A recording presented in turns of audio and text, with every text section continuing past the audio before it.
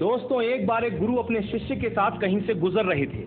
चलते चलते वो एक खेत के पास से गुजरे। खेत बहुत अच्छी जगह पर था।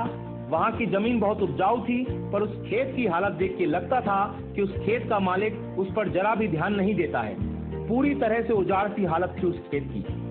खैर, दोनों को बहुत प्यास लगी थी, तो वो खेत के बीच में बने एक टूटे फूटे घर के सामने पहुंचे। दरवाजा खटखटाया। अंदर से एक आदमी निकला।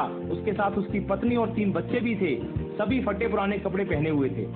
गुरु ने पानी मांगा। उस आदमी ने उनको पानी पिलाया।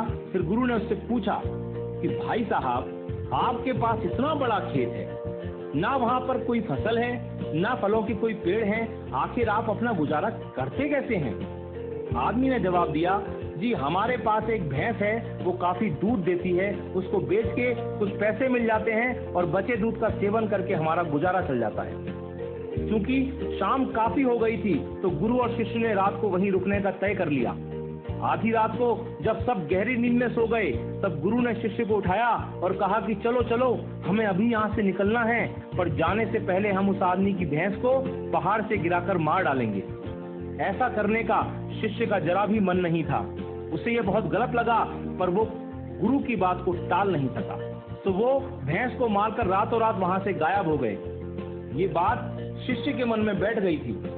10 साल के बाद वो शिष्य एक सफल आदमी बन गया, तो अपनी गलती का पश्चाताप करने के लिए और उस आदमी की मदद करने के लिए अपनी कार से उस खेत के सामने पहुंचा। पर वहां उसने देखा कि उजाड़ खेत एक शानदार फलों के बगीचे में बदल चुका था। टूटे फूटे घर की जगह एक शानदार बंगला खड़ा था। जहां एक अकेली भैंस बंधी होती थी, वहां कई अच्छी नस्ल की गाय और भैंसें बंधी हुई थी। शिष्य ने सोचा कि शायद वो परिवार अपनी जमीन किसी को बेच के कहीं चला गया है, और ये सोचकर वो वापस लौटने लगा, तो उसे खेतों में वही 10 साल पहले वाला आदमी दिखाई दे गया। शिष्य उसके पास पहुंचा, बोला, शायद आपने मुझे पहचाना नहीं, 10 साल पहले मैं आपसे मिला था। फिर वो आदमी बोला, नहीं नहीं, ऐसा नहीं है, मुझे याद है, आप और आपके गुरु आए थे। उस रात को तो मैं कभी भूल ही नहीं सकता। आप लोग बिना बताए चले गए, पर उस दिन न जाने कैसे हमारी भैंस पहाड़ से नीचे गिर के मर गई।